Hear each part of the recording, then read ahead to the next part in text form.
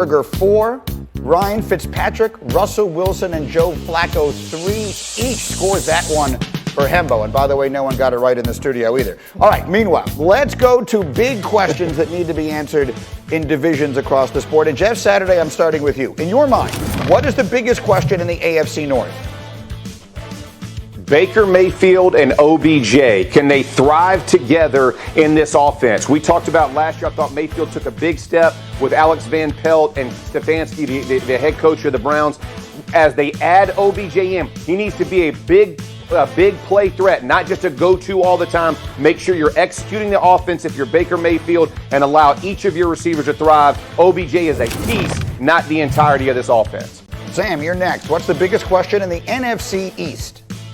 Yeah, the question is simple. How far can Ryan Fitzpatrick take the Washington football team? We all know how dominant Washington's defense is. That's a given. We also know that they have some really, really good weapons on offense. The only question has been at quarterback.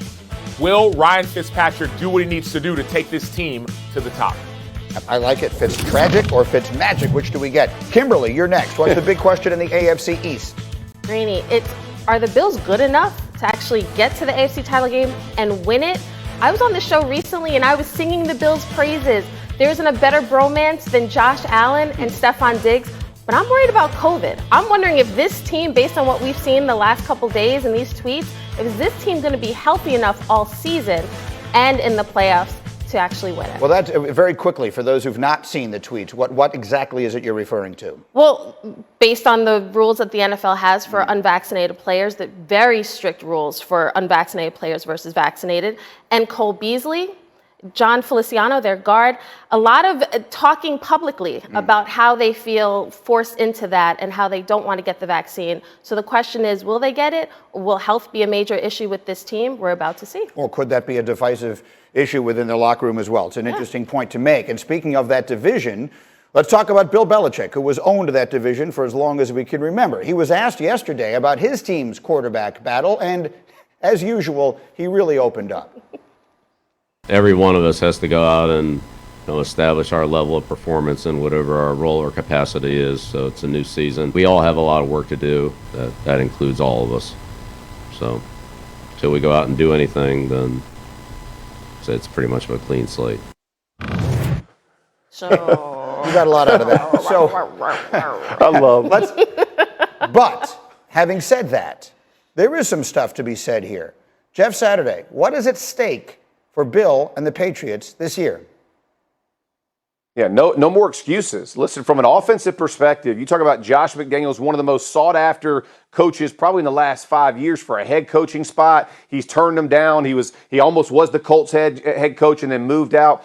They have to produce offensively. And listen, that whether it's Mac Jones, whether it's Cam Newton, these guys have to play to a certain level for this team to win. They don't have a great receiving core. I know they're trying to get better out there, but they do have a very good offensive line. They got running backs. So they got to put this thing together. Again, Greeny, no more excuses, man. Brady's been gone. He's already won a Super Bowl. At this point, this offense has to catch up so that this defense doesn't have to carry him the entire football season. Well, I mean, the point is this. I think it's well taken, and I would expand on it. If it's possible for a person's star to expand after winning 6 Super Bowls, Brady's has. Right? I mean, the way we view him, that has only increased based upon last season and based upon what we've seen during this offseason. So I guess that really is a big question mark here, Kimberly. And as far as McDaniels is concerned, he's a guy you were telling us does still have designs on a head coaching job. Oh, yeah, he still wants to be a head coach. And to Jeff's point about this offense and what is it, who's going to be the quarterback and for how long?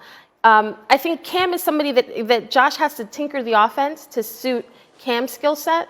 What do we hear about Mac Jones? Oh, just plug him in. Whenever he's ready, plug him in. He's the guy that can do what the Patriots have always done, be Brady-like in this offense. So I think we're about to see, does Josh McDaniels want to tinker a little bit, or does he really want to get to the guy he can just plug in and run the kind of offense he's always done? Well, in one way or another, Acho, does he have the team to do it? Are the Patriots the team to beat in the AFC East?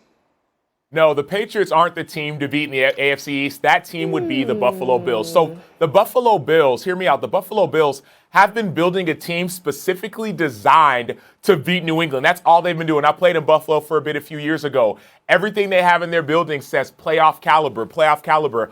all that they do was built to beat New England. Now, that was with Tom Brady at quarterback. Now that Tom Brady's no longer quarterback, Buffalo is taking over the AFC East. They're going to be the dominant team in that division, and there's no ifs, ands, or buts about it. Yeah, and to the point Kimberly just brought up with some of the other concerns, that said, they clearly do feel that way. And then, Jeff, you look around the rest of that division with Miami getting better, maybe the Patriots could have a different run at it. Okay, let's go on the clock here because we have quarterback battles in various places around the world of sports. And let's set each of these up because we're hearing from a variety of different people. So I want to start in Chicago, where yesterday Bears coach Matt Nagy was talking about his quarterback room heading into camp. Here's what he said. There is excitement. We understand who he is and what he can do, but we have to have a little bit of patience too with how we do it. The best part of all of this is that there's a lot of open communication that goes on amongst us as coaches and those three quarterbacks. We're very open with each other. We want to be able to see this offense get better. And however that happens, we're challenging all three of those quarterbacks to be the best that they can be so that can help our offense be better. So the question then to you, Jeff, Saturday, who should start at quarterback for the Bears this season? 30 seconds, go. It's going to be Justin Fields. And listen, this is not a slight on Andy Dalton, but we know what he is. And Justin Fields might not be ready week one. Again, a shortened preseason in comparison, but a longer regular season, which I think bodes well for getting and moving Justin Fields in. And listen, as soon as he's ready, even if it's a tweener, you got to go with Fields. He brings a different dynamic to that offense for Matt Nagy. And listen, whether he's running it, throwing it, he's explosive. I think he was the second best quarterback in the draft. My mind has not changed. Give him time, let him go play. All right, Denver is our next stop. The Broncos coach Vic Fangio was talking about being undecided about his quarterback situation. Give a listen. I mean, ideally, you'd like to come to that decision sooner rather than later, but we're going to let the decision be made for us, hopefully. And if it's, and whenever that happens, it happens.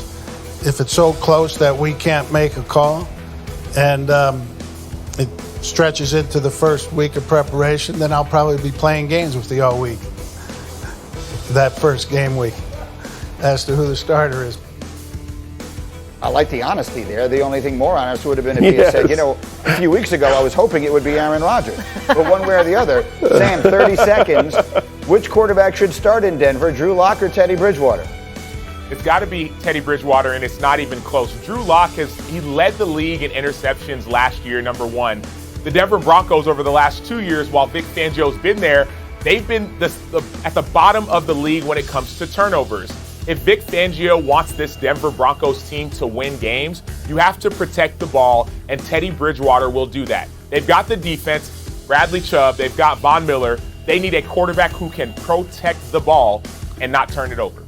Yeah, it's a really interesting team in a division where there are two really good teams. I think you and I both think at the top because I'm putting the Chargers in that conversation. All right, Kmart, finally, you'll be up next.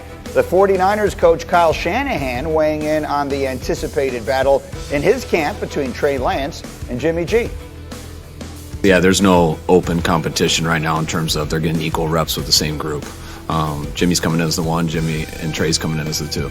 Trey's had 7 practices with us and haven't seen him for 40 days, so not thinking about that right now. Just having Jimmy go in, he's our starter, and you're going to give all those guys every opportunity to improve. And if someone ever looks like they give us a better chance to win, we'll make that decision then. Isn't that interesting? He's always very direct. Kmart, which quarterback gives San Francisco the best chance to win it all this year? 30 seconds, go.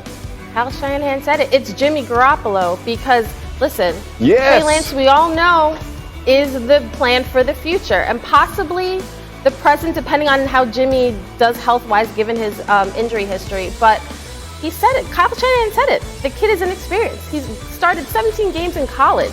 This is a team that is ready to win now. So no rookie QB has led a team to a Super Bowl. It's never happened. Don't think this might be the year. But going forward, Trey Lance will be the guy. For right now, Jimmy G is their best option. Yeah, but they traded up and traded so much away to get him. Clearly, he is their future. But the one thing you can say for Garoppolo, everybody tries to knock him. When he plays, they win. When he plays, they win. Absolutely. When he doesn't play, they lose. Anyone can see that. You can take all the other stats and put them away. Yep. That's the one that matters. All right, as we continue here, the 75th annual NBA Draft is tomorrow in Brooklyn. It all starts at 8 Eastern. You can watch it on ABC, on ESPN. You can hear it on ESPN Radio. All the coverage on the ESPN app. One tap. It's the draft tomorrow.